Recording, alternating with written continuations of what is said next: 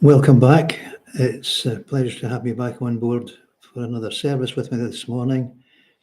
I've been having niggles trying to get online, so I hope that's now resolved and allows me to move on with you folks who are viewing in. I will bid you good morning and welcome to this service, of course.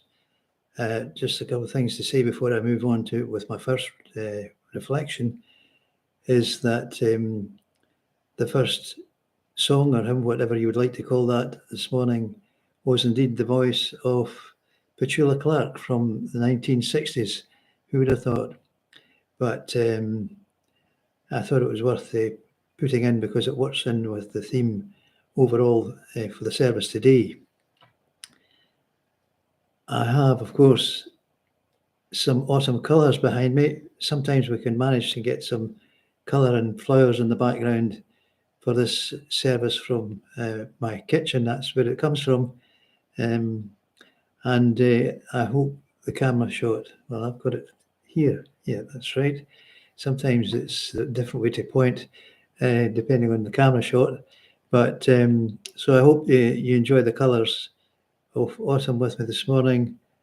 And that allows me then to officially move on. And of course, British summertime has ended with the changing of the clocks. Now, the question is, of course, did we actually have a summer? As it is, a couple of days back reminded us here, Elspeth and I, my wife, of a winter bite just around the corner. I suppose this is when we should be thankful for small mercies, especially when we witness the power of nature in the world. Even when we take into account our own recent storm and the damage it left behind it. That also forced me to look back. I think it's about 3 weeks ago. My wife and I, we decided to go out for one of our short walks here. And at the same time, we took a risk as there were dark clouds everywhere. On the return part of our walk, yes, you guessed it, we were caught in a hailstorm.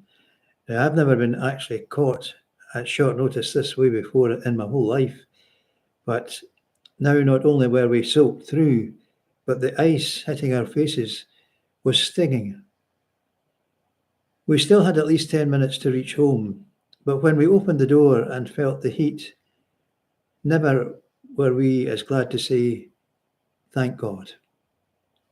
I found a lesson in that, simple though it may be. A few minutes was nothing compared to the major storms around the world, but it also reminded me never to take life for granted.